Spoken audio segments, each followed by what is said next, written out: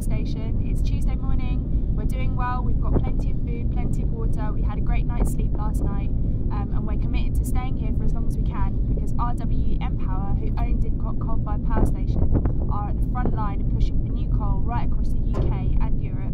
They're in the process of gaining planning permission for a massive new coal-fired power station in Scotland and in Tilbury, and we're here to say that we're starting a campaign against them doing that.